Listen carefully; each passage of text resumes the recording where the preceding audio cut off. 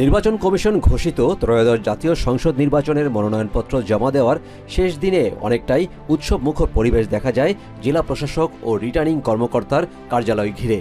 শীর্ষ রাজনৈতিক দলের নেতাদের উপস্থিতি ছিল চোখে পড়ার মতো। সকালের দিকে নেতাকর্মীদের উপস্থিতি তেমন না থাকলেও দুপুরের পর থেকে প্রচণ্ড ঠান্ডা উপেক্ষা করে মনোনয়নপত্র জমা দিতে নেতাকর্মীদের সাথে নিয়ে উপস্থিত হন তারা। শেষ দিনে ঢাকা বিভাগীয় কমিশনারের কার্যালয়ে মনোনয়নপত্র জমা দেওয়ার কার্যক্রম শান্তিপূর্ণভাবে অনুষ্ঠিত হয়েছে বলে জানান ঢাকা বিভাগের কমিশনার ও রিটার্নিং কর্মকর্তা শরীফ উদ্দিন আহমেদ চৌধুরী।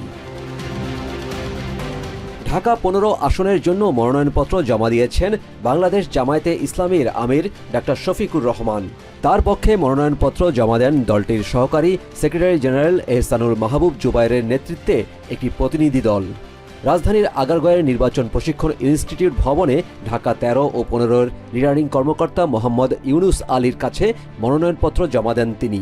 একই আসনে মনোনয়নপত্র জমা দিয়েছেন বিএনপির প্রার্থী শফিকুল ইসলাম মিল্টন। ঢাকা 17 আসনের প্রার্থী হতে মনোনয়নপত্র জমা দিয়েছেন বিএনপির ভারপ্রাপ্ত চেয়ারম্যান তারেক রহমান।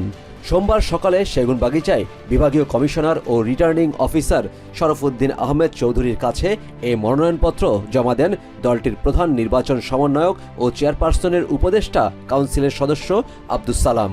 রাজধানীর এভারকেয়ার হাসপাতালে চিকিৎসাধীন বিএনপির চেয়ারপারসন খালেদা জিয়ার পক্ষে ফেনী 1 আসনে মনোনয়নপত্র জমা দেন বিএনপি নেতা রফিকুল আলম মজনু।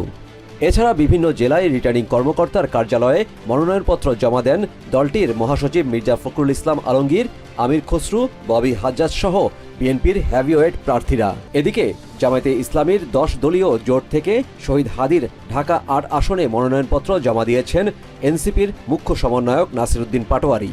পরে সাংবাদিকদের তিনি বলেন, তিনি শহীদ হওয়ার ইচ্ছা নিয়েই এই আসনে নির্বাচন করছেন। নির্বাচন কমিশন ঘোষিত তফসিল অনুযায়ী মনোনয়নপত্র যাচাই বাছাই চলবে 30 ডিসেম্বর থেকে 4 জানুয়ারি পর্যন্ত। প্রার্থিতা প্রত্যাহারের শেষ সময় 20 জানুয়ারি। 21 জানুয়ারি প্রতীক বরাদ্দের পর 22 জানুয়ারি থেকে 10 ফেব্রুয়ারি সকাল 7:30 পর্যন্ত প্রার্থীরা নির্বাচনী প্রচার চালাতে পারবেন। Yusuf Khaled, TVN 24 news desk.